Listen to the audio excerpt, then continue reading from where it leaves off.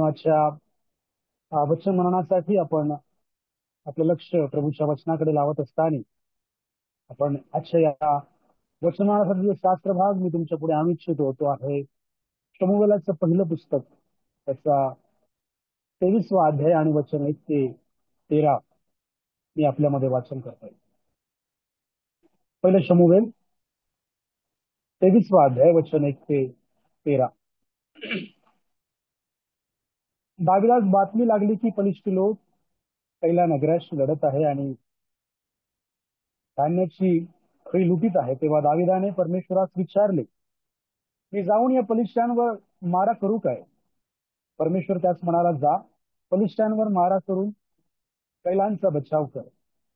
दाविदाचे लोक त्यास म्हणाले, पहा, तेथे यहुदात जर आम्हास भीती आहे तर फलिष्ट्यांच्या सैन्यावर आम्ही कैलाकडे चालून गेलो तर मग काय असावे?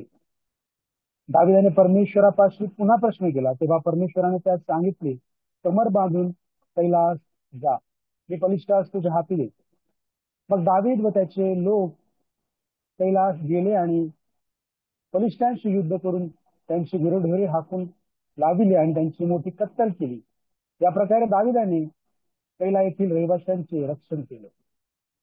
अमलेकाचा पुत्र अब्याथार हा कैला येथे दाविदाकडे पळून गेला. तेव्हा तो हाती एफोद घेऊन गेला होता. दावीद कैला येथे गेला हे कोणी शौलास कळवले तेव्हा तो म्हणाला, आता देवाने त्यास माझ्या हाती दिले आहे, कारण दरवाजे व अडसर असलेल्या नगरात जाऊन तो आयताच कोंडला आहे.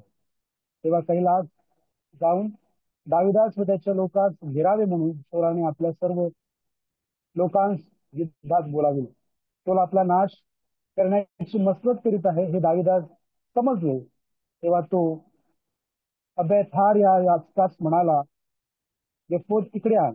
त्या समय दावीद म्हणाला, हे परमेश्वरा, इस्रायलच्या देवा, शौल माझ्यामुळे कैला नगराचा नाश करण्यासाठी येऊ पाहत आहे. हे वर्तमान तुझ्या दासाने तरी नक्की ऐकले आहे. कैला येथे लोक मला शौलाच्या हाती देतील काय? तुझ्या दासाच्या कानावर आले आहे त्याप्रमाणे शौलाचे येणे होईल काय? हे परमेश्वरा, इस्रायलच्या देवा, तुझी मी विनवणी करीत आहे, तुझ्या दासाला काय ते सांग. परमेश्वर म्हणाला, तो येईल. दाविदाने विचारले, कैलाचे लोक मला व माझ्या लोकांना शौलाच्या हाती देतील काय? परमेश्वर म्हणाला, होय, देतील. वचन 13. तेव्हा दावीद व त्याचे सुमारे 600 लोक कैलातून निघून वाट कुठेल तिकडे गेले. दावीद कैलातून निसटून गेला हे शौलास कोणी सांगितले तेव्हा त्याने निघण्याचे रहित केले. देबाप हे वाचलेलं वचन तुम्हाला मला समजण्यास विशेष सहाय्य करेल. त्यानो जे आम्ही आज या ठिकाणी पाहतो आहे त्या वचनासाठी आम्ही विशेष प्रभूला धन्यवाद देऊया. हे वचन समजण्यास प्रभू तुमचं माझं सहायता करो. विशेष आम्ही या ठिकाणी जो शास्त्र भाग वाचतो आहे, आम्ही पाहतोय की फलिष्टी लोक हे कैलांवर चढाई करून येत आहे. ही बातमी ज्यावेळेस दाविदाच्या कानी येत आहे, मग तो प्रसंग असेल किंवा शौलाचं दाविदाला पकडण्यासाठी कैलावर हल्ला करणं असेल, या सर्व प्रसंगामध्ये या सर्व घटना घडत असताना दाविदाचा आणि परमेश्वराचं बोलचाल आम्हाला या ठिकाणी पाहावयास मिळते. दाविदाची परमेश्वराच्या जवळ वारंवार प्रार्थना सादर केलेली आम्हाला दिसून येते आणि त्या प्रार्थनेचं उत्तर परमेश्वर दाविदाला कशा प्रकारे देतो आहे हे देखील आम्ही या सर्व ठिकाणी वाचत आहे. या शास्त्र भागात आम्ही पाहतोय दावीद वारंवार आपल्या परमेश्वराशी बोलतोय आणि परमेश्वराकडून विशिष्ट गोष्टी करण्यासंबंधीची खात्री करून घेतोय. दावीद परमेश्वराशी बोलत आहे, परमेश्वर दावीदाशी बोलतोय, दावीदाशी परमेश्वराला काही प्रश्न आहे, दावीद परमेश्वराला काही प्रश्न विचारतोय आणि त्यावर परमेश्वर दाविदाला त्या प्रश्नाचं उत्तर देतो आहे. आणि ज्यावेळेस दाविदाला ही बातमी लागते की फलिष्टी लोक कैला नगरावर लढाई करून येत आहे, तेव्हा महत्वाचा एक विषय, महत्वाचा प्रश्न दावीद परमेश्वरास विचारतो की परमेश्वरा मी जाऊन बलिष्ठांवर मारा करू काय, की त्यांचा संहार करू काय. त्यावर परमेश्वर दाविदास म्हणतोय जा बलिष्ठांचा वर मारा कर आणि कैलांचा बचाव कर. आणि दावीद आपल्या लोकांना घेऊन जातो, बलिष्ठांशी युद्ध करतो आणि कैलातील लोकांचे रक्षण करतो. आणि तिथे आल्यानंतर त्याला ज्यावेळेस बातमी, ज्यावेळेस माहिती दाविदाला येते लागते, त्यावेळेस आम्ही पाहतोय की, आणि ज्यावेळेस बातमी सुरू आहे त्यावेळेस आम्ही पाहतोय की ज्यावेळेस दाविदास या गोष्टीची माहिती भणक लागते की मला शोल माराव्याच येत आहे आणि त्याने या नगरामध्ये येण्याचं ठरवलेलं आहे. अशाही परिस्थितीमध्ये, अशाही प्रसंगामध्ये आम्ही पाहतोय दावीद आपल्या परमेश्वरापाशी जाऊन परमेश्वराला जाऊन आणखी प्रश्न करतो, विचारतोय की हे परमेश्वरा, शोल मला पकडण्यासाठी येत आहे, शोल मला पकडण्यासाठी या नगरामध्ये येत असताना कैला नगराचा नाश करण्यासाठी तू पाहत आहे. आणि हे सर्व घडत असताना परमेश्वराजवळ जाऊन दावीद पुन्हा प्रार्थना करतोय की परमेश्वरा, मी तुला विनवणी करून सांगतोय, मी तुला विनवणी करून विचारतोय की मला सांग की मी या नगरामध्ये आहे, मी या नगरामध्ये असताना माझ्यावर शोल आहे तो चढाई करून येईल का, आणि तो मला इथून तो येईल का, असा प्रश्न ज्या विचारतो त्यावरही परमेश्वराचं उत्तर मिळतंय की हो तो येईल. पुढे आणखी तो विचारतोय की या कैला नगरातील लोक मला आणि माझ्या लोकांना शोलाच्या हाती देतील काय, परमेश्वरा सांग. आणि त्यावर देखील परमेश्वराचं उत्तर शोलाला मिळतंय की हो, ते तुम्हाला शोलाच्या हाती देतील. तर मी पाहतो या वेगवेगळ्या प्रसंगांमध्ये, वेगवेगळ्या प्रकारे, वेगवेगळ्या परिस्थितीमध्ये देवाचा हा सेवक दावीद परमेश्वराला प्रार्थना करताना, परमेश्वराला विचारताना आम्हाला दिसून येते. परमेश्वर बलिष्ठांवर चढाई करून परमेश्वराचे जे वेळ आहे, परमेश्वर आपल्या लोकांच्या ज्यावेळेस सोबत आहे, अशा परिस्थितीमध्ये परमेश्वर त्याच्या सेवकाद्वारे बलिष्ठांच्या हातून त्याच्या लोकांची रक्षण करून घेत आहे. आणि अशा वेगवेगळ्या परिस्थितीमध्ये आम्ही पाहतोय की दावीद आपल्या परमेश्वराची प्रार्थना आणि परमेश्वराला विचारण्याचं काम करत आहे. या सर्व प्रसंगांमध्ये, या सर्व परिस्थितीमध्ये आम्हाला परमेश्वराचं आणि दाविदाचं वार्तालाप, बातचीत करणं, बोलचाल करणं, विचारणं असेल, विचारून करणं असेल, या सर्व गोष्टी आम्हाला पाहाव्यास मिळते.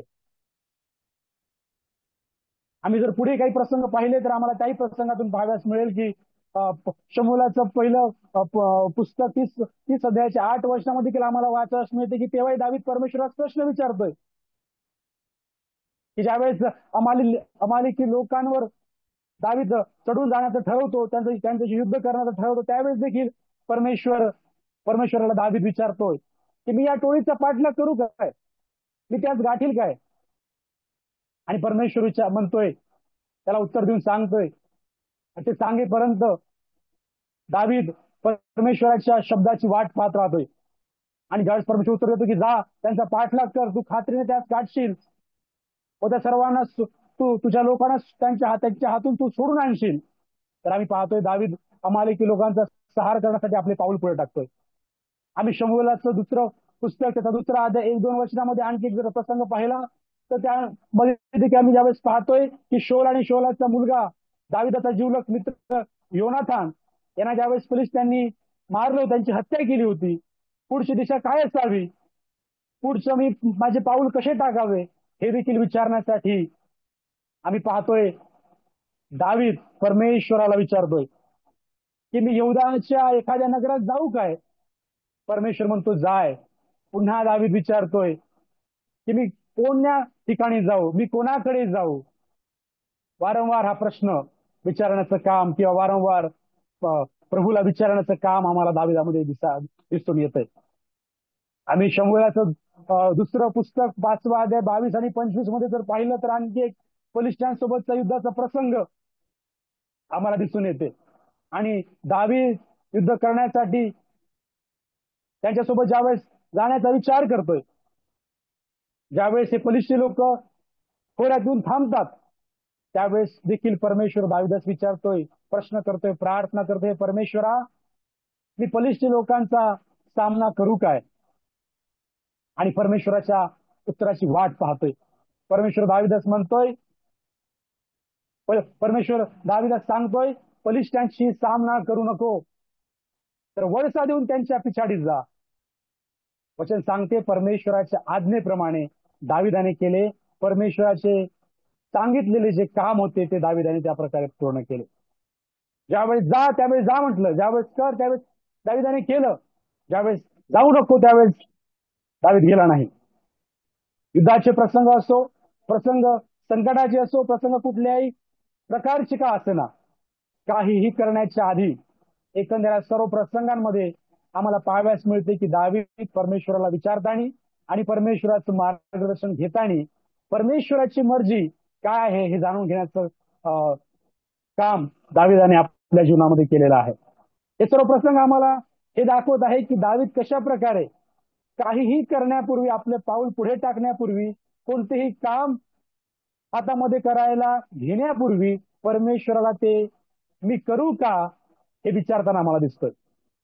परमेश्वरा मी हे करू की नाही, जोपर्यंत परमेश्वर जा म्हणत नाही, परमेश्वर कर म्हणत नाही, अशा प्रकारे सांगत नाही, तोपर्यंत दावीदाने आपलं काम, आपले पावलं पुढे टाकायचं त्याने टाळलं. परमेश्वराचं मार्गदर्शन, परमेश्वराचा सल्ला घेणं हा त्याला उत्तम वाटलंय. कोणतीही गोष्ट करण्याच्या आधी परमेश्वराला प्रार्थना करून विचारण्याची सवय आम्हाला दावीदामध्ये भरपूरने पाहाव्यास मिळते. प्रभूचं मार्गदर्शन असेल, सल्ला घेण्याविषयी असेल, त्यांनी कोणतीही गोष्ट देवाच्या मार्गदर्शनाशिवाय करायचं टाळलं हेच आम्हाला या ठिकाणी पाहाव्यास मिळते. जे शास्त्रभाग आम्ही पाहिलेत त्या संपूर्ण शास्त्रभागात आम्ही वारंवार दावीदाचे विविध प्रश्न परमेश्वरापुढे त्यांनी मांडताना आम्ही पाहतोय. परमेश्वराला विचारतोय, परमेश्वराची विचारल्यानंतर परमेश्वराची मर्जी काय आहे ते जाणून घेण्यासाठी, परमेश्वराची इच्छा काय आहे ते समजून घेण्यासाठी वाट पाहून परमेश्वराचं उत्तरासाठी वाट पाहतोय. आणि ज्यावेळेस परमेश्वर सांगतोय कर, जा, करू नको, आणि त्यानुसार मग तो आपली पुढची दिशा ठरवतोय. कारण आमच्या ख्रिस्ती जीवनामध्ये आम्ही जगत असताना विविध प्रसंगी विविध निर्णय आम्हाला घ्यावेच लागतात. आमच्या दैनंदिन जीवनात, आमच्या कौटुंबिक पातळीवर आम्ही वेगवेगळे डिसिजन्स घेत असतोय, आम्ही विचार करत असतोय, वेगवेगळे नियोजन आम्ही आखतोय, वेगवेगळ्या परिवाराला एकत्र बसून आम्ही नियोजन करत असतो. काहीही करायचं असेल, कुठेही जायचं असेल, कोणतेही काम हातात घ्यायचं असेल, आमच्या ख्रिस्ती जीवनामध्ये आम्ही भरपूर असे गोष्टी करत असताना आम्ही निर्णय, विचार, आयोजन करत असतो. पण हे सर्व करत असताना आमच्या पुढे हा गंभीर एक प्रश्न आहे की आम्ही दावीदासारखे प्रभूला वारंवार विचारत, दावीदासारखे परमेश्वराला वारंवार प्रश्न करत, परमेश्वराची खात्री जाणून, परमेश्वराची मर्जी जाणण्याचा आम्ही प्रयत्न करतो काय? आम्ही किती जबाबदारीने आमचा प्रत्येक निर्णय घेण्याच्या आधी आमच्या प्रभूला, आमच्या परमेश्वराला विचारतोय की प्रभू मी हे करू काय? माझ्या मुलासाठी, माझ्या परिवारासाठी आमचं हे करणं, हे नियोजन करणं, हे योजना करणं हे उत्तम असेल का? प्रभूला विचारल्यानंतर आम्ही किती दिवस संयमाने प्रभूच्या उत्तराची वाट पाहत बसतोय हे आवश्यक आहे, हे समजणं आवश्यक आहे. माझ्या प्रियांनो, गोष्टी असतील, काम असेल, निर्णय असेल, कोणतेही काही असे ना, सामाजिक, आध्यात्मिक, पारिवारिक, मंडळीत, कुटुंबात कोणत्याही पातळीचे निर्णय, विचार, काम आम्ही करत असताना आम्ही परमेश्वराला विचारणं, परमेश्वराची मर्जी काय ते समजून घेणं आणि त्यावर पुढे पाऊल टाकणं आवश्यक आहे. पुष्कळदा आम्ही मोठे मोठे निर्णय प्रभूला न सांगता, प्रभूला न विचारता त्याविषयी गोष्टी आम्ही करत राहतो. परंतु आम्ही पुष्कळसे निर्णय घेत असताना, राबवत असताना, अंमलात आणत असताना आम्ही प्रभूला न विचारता ते आम्ही करतोय. आणि परिणाम काय? तर आम्ही ते सर्व निर्णय घेऊन चुकल्यानंतर त्याचे जे परिणाम आमच्यावर येतात, ते परिणाम आल्यानंतर आम्ही मग परमेश्वराला प्रश्न करतो की प्रभू असं का? प्रभू हे असं काहून घडलं, प्रभू अशा प्रकारे का झालंय. पण माझ्या प्रियांनो, आम्ही कोणतेही काम प्रभूला विचारून सांगून त्याची मर्जी जाणून करणं आवश्यक आहे. दावीद आपल्या जीवनात व्यक्ती गोष्टीसाठी असो किंवा लोकांसाठी असो, बहुतांश वेळी काही करण्यापूर्वी परमेश्वराला विचारणं, परमेश्वराचा होकार नकार जाणून घेणं, त्याची वाट पाहत बसणं त्याने ते केलेलं आहे. परमेश्वराने सांगितल्याशिवाय त्यानुसार पुढचे पाऊल त्याने टाकले नाही. मात्र आम्ही एक राजा पाहतोय, जो जो राजा ज्याच्या गादीवर दावीद राजा म्हणून बसलाय, शौल, ज्या राजाला परमेश्वराने कामगिरी दिली आणि ती कामगिरी अमालेक लोकांना मारण्याची, त्यांचा संहार करण्याची, त्यांच्यावर हल्ला करण्याची कामगिरी होती, जबाबदारी होती. तो हल्ला करत असताना तो हल्ला कसा करायचा, त्याचा एकंदर विध्वंस कसा करायचा, किती लोक मारायचे, कसे मारायचे, कोणाकोणाला मारायचे, कोणाची गय करायची नाही, सर्व परमेश्वर गांभीर्याने सांगून चुकला होता. आम्ही पहिला शमूएल 15व्या अध्याय ते वाचू शकतो. परंतु हे सर्व असताना देखील शौलाने आपल्या मनमर्जीने, आपल्या मनास पटेल अशा प्रकारे प्रभूची कामगिरी पूर्ण केली. परिणाम काय, तर परिणाम भयंकर झाला. त्याला भरपूर गोष्टी आपल्या जीवनामध्ये गमवाव्या लागल्या. त्याला आपल्या गादीवरून खाली उतरावं लागलं. देवाचा आत्मा त्याला सोडून गेला. विविध युद्धामध्ये तो अपयशी ठरला. शेवट त्याने आपला प्राण देखील गमावला. देवाच्या आज्ञाकडे, वाणीकडे दुर्लक्ष करून स्वतःच्या मनमर्जीने, इच्छेने आमची कामं पूर्ण करणं आमच्या जीवनात विविध प्रकारच्या गोष्टी गमवण्याची वेळ आणू शकते. आम्ही देवाची लेकरं या नात्याने या जगामध्ये आम्ही आमचं जीवन जगत असताना, आम्ही प्रत्येक दिवसाचा प्रवास करत असताना, आम्ही प्रत्येक प्रसंगी आम्ही आमचे प्रत्येक निर्णय काम करत असताना, आम्ही आमचे निर्णय छोटे असतील मोठे असतील, प्रभूला विचारलं पाहिजे, प्रभू मी हे करू काय, प्रभू मी माझं काम आपल्या हाती घेतलं आहे, हे मी सिद्धीच नेऊ काय, मी तिथे जाऊ का, माझ्या मुलासाठी माझ्यासाठी हे करणं योग्य असेल का. ह्या प्रत्येक गोष्टी आम्ही आमच्या विविध जीवनामध्ये विचारल्या पाहिजे. नीतिसूत्रामध्ये 3 अध्याय 6 वचनामध्ये मी वाचतोय, देवाचं वचन त्या ठिकाणी फार स्पष्ट सांगितलेलं आहे. फार गंभीर असं वचन आहे. तिथे लिहिलं आहे की तो आपल्या अगदी मनापासून परमेश्वरावर भाव ठेव, आपल्याच बुद्धीवर अवलंबून राहू नको, तो आपल्या सर्व मार्गात त्याचाच म्हणजे परमेश्वराचा आदर कर, म्हणजे तो तुझा मार्गदर्शक होईल. जर मी त्याला विचारत नाही, जर आम्ही त्याला विचारत नाही, आमचे निर्णय त्याला सांगत नाही, आम्ही हे करू का असं त्याला सवाल करत नाही, आमच्या एखाद्या जीवनातील निर्णयामध्ये आम्ही त्याला स्थानच देत नसेल, तर आमचा प्रभू त्या कामात आमचा मार्गदर्शक कसा होईल. निर्णय छोटा आहे किंवा मोठा आहे, निर्णय वैयक्तिक आहे की कौटुंबिक आहे, निर्णय मंडळीच्या हिताचा असेल किंवा सामाजिक हिताचा असेल, नो मॅटर, परंतु तो सर्वप्रथम आम्ही प्रभूला सांगणे, प्रभूला विचारणे ही आमची एक जबाबदारी आहे. त्यावर प्रभूची काय प्रतिक्रिया आहे ते जाणून घेणे ही आमची जबाबदारी आहे. कारण वचन आम्हाला सांगते, स्तोत्र 32:8 मध्ये परमेश्वर म्हणतो की मी तुला मोज करीन, ज्या मार्गाने तुला गेले पाहिजे त्याची मी तुला शिक्षण देईन. आम्ही पुढे पाहतोय की देवाचं वचन आम्ही जर वाचलं, कलसीकरास पत्र 3 अध्याय आणि 17 वचनामध्ये तिथं हा प्रकार लिहिला आहे, आणि बोलणे किंवा करणे जे काही तुम्ही कराल ते सर्व प्रभूच्या नावाने करा. प्रियांनो, हे सर्व काही आम्हाला प्रभूच्या नावात करायचं आहे. म्हणून या दिवशी दाविदाच्या जीवनातून आपण हा धडा शिकूया आणि आमच्या जीवनातलं प्रत्येक काम करत असताना आम्ही त्या प्रभूला विचारू, प्रभूचं मार्गदर्शन घेऊ आणि प्रभूचा होकारा ऐकण्यासाठी आम्ही त्याची वाट पाहू आणि तो काय सांगतो त्यानुसार आम्ही आमची पावलं पुढे टाकू. दाविदासारखं आम्हालाही आमच्या जीवनामध्ये करण्यासाठी प्रभू तुमचं माझं सहायता करो.